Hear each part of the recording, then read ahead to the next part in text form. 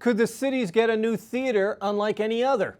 And getting ready for a unique event that has many, many stages in the cities.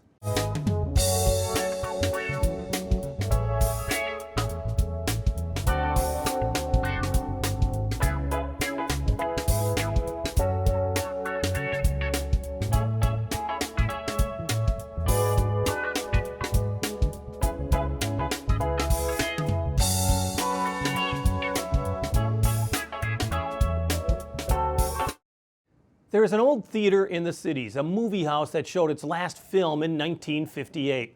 It was turned into another business before that closed, leaving it empty for the past 14 years. Enter Felix Vallejo. He transformed the old Skelly gas station on 5th Avenue in Moline, a building once on the city's endangered list. Now he's set his sights on what was the Moline Orpheum Theater. Felix Vallejo joins us to talk about his vision. So you got the Orpheum Theater now. Mm-hmm. What made you say, you know, this is a building that deserves attention and has a future? It was one of those things. I've lived in the Moline West End all my life.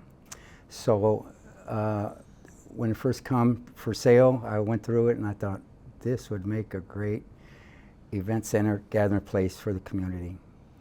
To me, there's much need to have affordable events, you know, for the community there, and that was the first thing in my mind. You see the Floreciente neighborhood really thriving now. Yes. I mean, in the years that I've been here, it was pretty much a drive-through area, and now it's become a destination, almost an extension of downtown. And you see this perhaps maybe as the heart of Floreciente? Yeah, I think it's going to be a great, you know, Moline's really big into community development right now. And so with that comes along community gatherings, community involvement, and I think this would just be a shot in the arm for the Floreciente. Not only that, anything you know, around in the community as far as sharing and offering affordable events, you know, within the community. You are a lover of history, and I want to talk about the Skelly gas station in a moment, because you're the one that made that happen, that distressed building come back to life. What is inside that building right now, the theater? I mean, is it in really bad shape? And we're very surprised at how large it is inside. No, right now it's just more of a gathering place for family. We have had neighborhood meetings in there. It is one of the things I'm very proud of. I have a display of my dad's World War II history. He happened to be on a ship that was torpedoed and sank. Along with that, 800 of his comrades had perished in there. So that's one thing that I'm very proud of, that I was able to display there. Other than that, it just shows the history of what gas stations, how they were a big part of contributing to the transportation industry. You're talking about the Skelly building. The Skelly station, yes. So. It just it's been a snowballed, and it's just been I get people coming to tour it, you know, all the time, you know, basically. So it's just something that it just helps in the community to realize what gas stations are, how they really contributed to the automobile industry. And what about the theater? I mean, it's been abandoned for more than a decade now. Yeah. What kind of shape is it in? Well, it's coming back to life. You know, we've still got some work to do. Hopefully by the end of this summer, fall, you know, we'll be able to open it up to events. One of the things we are adamant about is showing, bring back the movies. Kids movies, classic movies at a very affordable price, you know, to the neighborhood and the community, you know, where otherwise they don't get the opportunity, you know, to go to a movie. And that's one of the big things. The other things is it's going to be a multi-purpose area where, you know, you get into the theater, you can get into different gatherings, music, you know. So there's a lot that can happen. Not easily, though. I mean, it's an expensive proposition that's going to take time to complete. I think so. You know, I can pretty much. I'm kind of a handyman, so a lot of it I pretty much did what I can do and with what I got. So I am getting to the point where we're going to be reaching out to the community for some support, and it's there. The city has been very, very supportive. I've had Moline Historical Commission there, and they are just as excited as I am. So them being excited makes me more ambitious to get her done and then keep her going. Do you think, do you plan on restoring the marquee in some way? I'm hopeful. That's a pretty expensive. So back in 1939, they had a renovation and remodel because, again, you got to remember this is 1916. At the time was a picture house. Yeah, so the building was first built in 1916. No, it was actually, we can go back to 1892. Oh, wow. So Yeah. it was converted into the theater. Yes. So theaters, if you look back to history, they look for the biggest storefronts they could find and put a theater in there.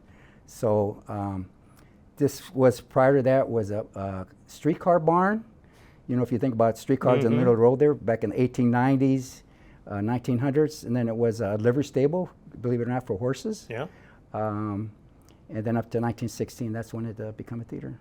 And it stayed as a theater until the late 50s. Yeah, 1957, 58, I believe 58. So you got to think about TVs. Yeah. When TVs come in, then a lot of the theaters, they kind of, lost their momentum. Well, and you were saying that Moline had almost half a dozen theaters in the city itself. They did, believe it or not.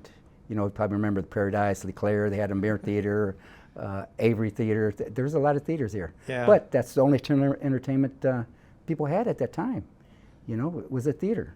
There's no TVs, so they'd go to the theater. There was an article in the paper where they had a grand opening. They had a remodel grand opening, and this is when they put the marquee on there. The marquee is 1939, and they had 1,000 in attendance when they reopened it. Yeah. That's amazing. How do you see this as being an important part of that neighborhood? Oh, I think it'd just be a big shot in the arm, you know.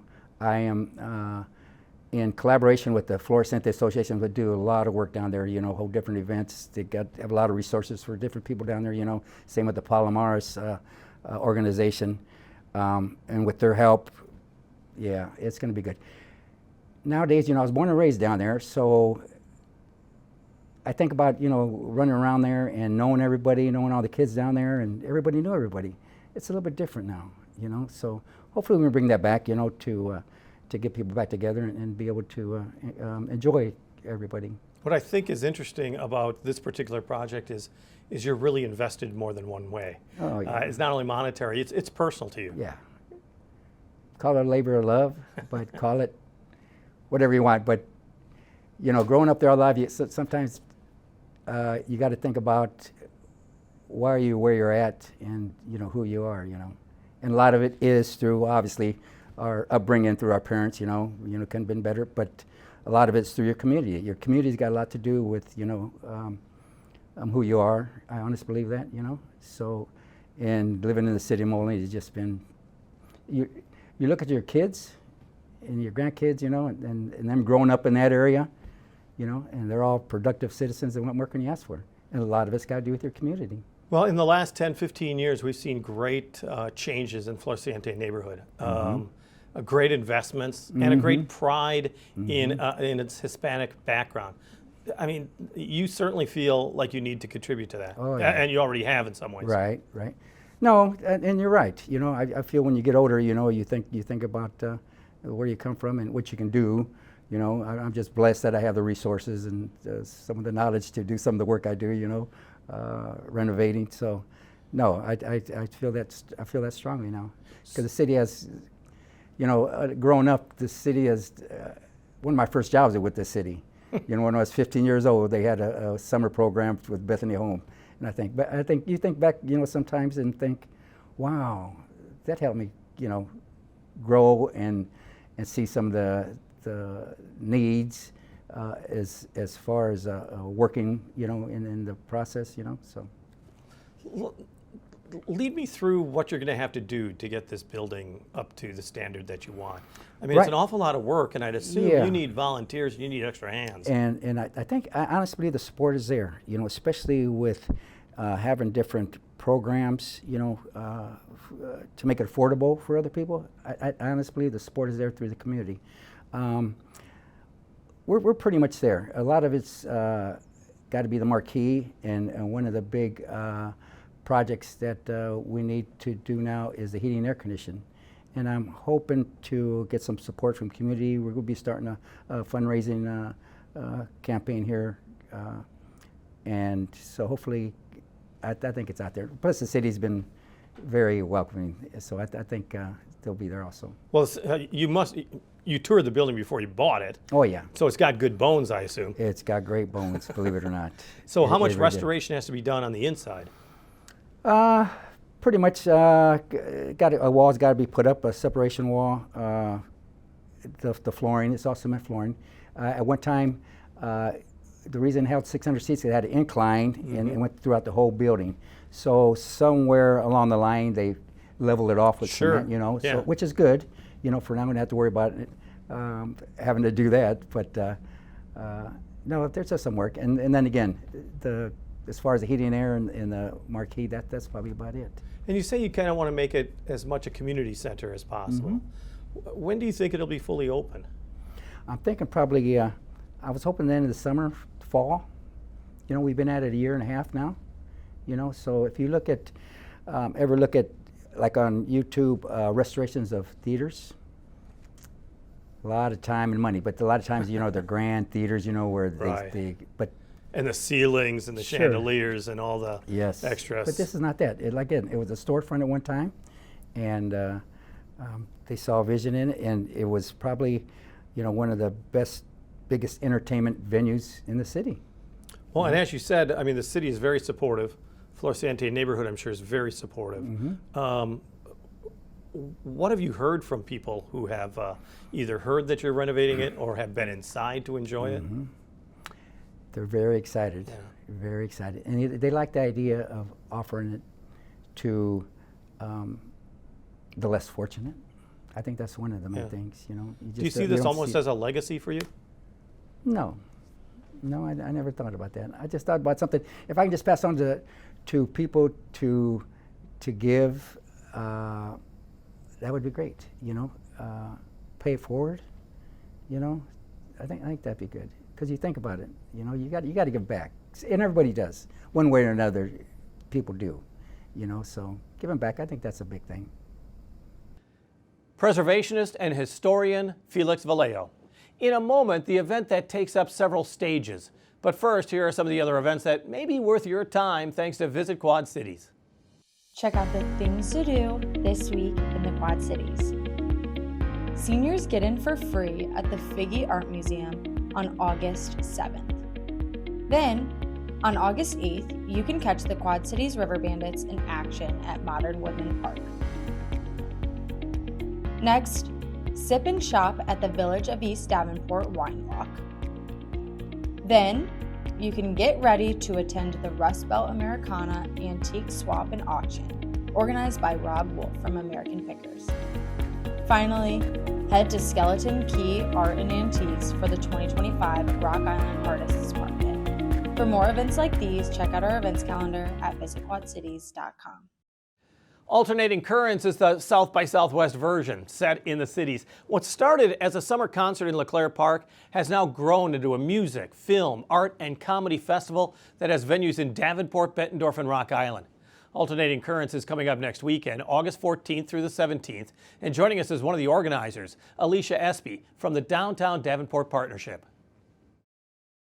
Alternating Currents has quite a history. I mean, it really basically started on the riverfront of Davenport, but it's expanded into Davenport. Now it's Rock Island and Bettendorf. The whole idea is not just one venue. You've got a number of stages. Yeah, I haven't even counted them all up this year. Every year it grows in venues and performances, but founded in 2017 in downtown Davenport, and it has grown so quickly, and our partners in downtown Bettendorf and Rock Island have wanted to host programming, and we've done it in Rock Island several years. In Bettendorf, we started just a few years ago, but I think we're over 40 venues now. I'll do the final count here soon once we announce everything, but it's been incredible just to see how we can activate different spaces across the region. Well, it was kind of patterned, or at least a germ of an idea, from Austin, Texas and South by Southwest. And it's interesting because it isn't just a music festival. You also have comedy, you have film, and you have food? Yeah, well, food everywhere downtown, of course. But I mean, yeah, we have burlesque dancers, we have belly dancing, we have all the comedians. Our team visited South by Southwest to kind of just get a sense of like, how does something like this operate? And then the other festival that we looked closely at was Mile of Music, which happens in Appleton, Wisconsin, and that's all music focused. But they take this whole road of their downtown, a mile of it, and activate all these venues. And we just thought that it would be the perfect fit in Davenport. We have such a great arts and entertainment scene already. And so it was just a matter of finding the right partners to make that come to life. Are you surprised at all that over the course of, 8 years that it has bloomed? And I know you're trying to make it more of a regional destination. Yeah, I am kind of shocked about the growth because the first couple of years, it took a while for people to really understand what we were doing. We were shifting from a very simple festival model where it's like you go to the riverfront and you watch these acts. Right. And now we're asking people to like kind of choose your own adventure. So they would show up and they'd be like, what are we doing? And so it took, I'd say a couple of years for people to really understand the model. But with the festival app, the mobile app on your phone, that's the best way to navigate everything. We have hundreds of events, but now you just have those champions that are just they bring more friends every year. And once they come once, they're kind of hooked and they come again and again. So we've seen the crowds really grow. You have really pushed the app in particular, and for good reason, because, with 40 different venues, 100 some acts, different genres of either music or, like you said, film and comedy, you really need some type of menu. Yeah, we used to print a booklet, and if we printed it now, it'd be this thick, and then things change or weather pops up, and so the mobile app is the best way to navigate the festival, hands down. You can kind of search through what's coming and see what you like, build your own schedule. We get a lot of compliments on the app, and we spend a lot of time, kind of curating it and developing it each year. But it's just a phenomenal tool. The other thing is that so many of the events are actually free. It's free admission. And the daytime events are family friendly in many ways. Yeah, we have tags on the app that kind of sort through what is family friendly. So if you're bringing your kids down, you can kind of get that glance of what's happening. But yeah, it's just the whole concept and the places that we're activating, all of it is free. We've kind of moved away from saying 100% free because every once in a while a partner might throw in a paid show and we'll put that on the app if it is ticketed. But you have access to hundreds of vendors and food and music and comedy and all different art, and it's all free. Tell me a little bit about the marketing of this. Like you said, people had to wrap their head around what is this? And once people came once, they're more than happy to come back a second time. How do you market that outside of the Quad Cities where people are more familiar with it now? Well, it helps now that we have the visuals. We have some great production partners that help us kind of showcase what the festival is. But when we market it to outside of the region, we just try to encourage people to come experience the Quad Cities, and this is a really fun weekend to do it. So if you were ever thinking about making a road trip or coming in, this is the weekend to do it.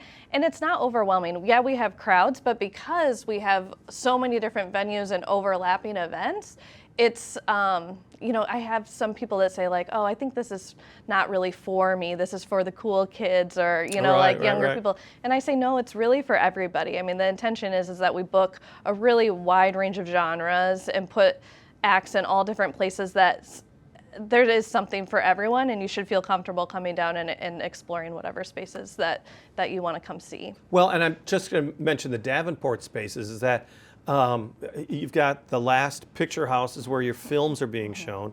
You even have events at Up, which is the rooftop bar. You've got the Raccoon Motel. You've got all these, I don't want to say quirky, but all these unique facilities all throughout Davenport in particular to start with. That it's really kind of a neat experience to showcase those. Yeah, we talk about it being a festival of discovery, and so at first you might think, oh yeah, artists, I'm going to find my next favorite artist, or we say, see the next big thing. But for a downtown organization like ours, I work for the Downtown Davenport Partnership, it's more, for us, it's huge, the benefits of being a festival of discovery of place. I want you to find your next favorite restaurant, your next favorite bar, enjoy the streetscape and the flowers and just the time that you can spend downtown. Alisha, you know this so well, and I've had knowledge of what the Chamber's been trying to do for years. And one of the things that the Chamber really wants is for the Quad Cities to be more hip. to have more experiences, with the thought that if you have experiences and if you are unique, it'll bring people to work here. You can market this area better to outsiders by saying, look at these other things, these lifestyles, these programs that can be for your entire family. The benefits of alternating currents really adds to that total experience of the Quad Cities. Yeah, it's just, it can't be understated that this is actually a really talent attraction and retention tool. And I can use my own, experience of moving away from the Quad Cities and coming back. When I moved away, I didn't think that there was anything in the Quad Cities for me. I was a very creative person. I wanted access to culture and all those amenities and live music. And so when I came back to the Quad Cities for visiting over the summer and came and stood outside of River Music Experience, that was the first light bulb moment where I was like, oh, what's happening in the Quad Cities? Like maybe I could find something here and be closer to family and home. And so I look at alternating currents as that opportunity every year to get young people downtown and actually see themselves, finding a place here. Is there any, I'm going to put you on the spot, is there any one act, is there anything that you are really looking forward to? So we'll start dropping our top three. So we always ask different staff and people like Sure. what they want to see. I'm a big Hembry fan, and we bring them back a lot. And not just because I like them, but the coolest part about Hembry is they were involved in our first festival, and they had this kind of tiny crowd, right? And now they've been here several years, and to see it grow and grow. And so one of the new things this year is we're going to take the stage that we normally put in the Skybridge Courtyard. We're going to put it out on 2nd Street. Mm-hmm. And so now we have this big space, and Hembry is going to perform on what our biggest stage is this summer. And so just kind of seeing the growth of that artist and the people and the fans that they get, I just personally get a lot of enjoyment out of that. So people, once again, the key is to get the app. Tell me a little bit, this is your best last sell, is the app will get you through alternating currents. It will. It's not just a marketing ploy. I actually think it's for your benefit. You need to download the app. We have links on our website, alternatingcurrentsqc.com. You can navigate all the different restaurants, kind of plan your visit. I like to build my own schedule, and you can kind of compare with friends, where are you going? But it's just the best tool. Our thanks to Alisha Espey with the Downtown Davenport Partnership and an organizer of Alternating Currents. The Music, Art, Film, and Comedy Festival is coming up August 14th through the 17th. Now, check out the details at alternatingcurrentsqc.com. On the air, on the radio, on the web, on your mobile device, and streaming on your computer. Thanks for taking some time to join us as we talk about the issues in the cities.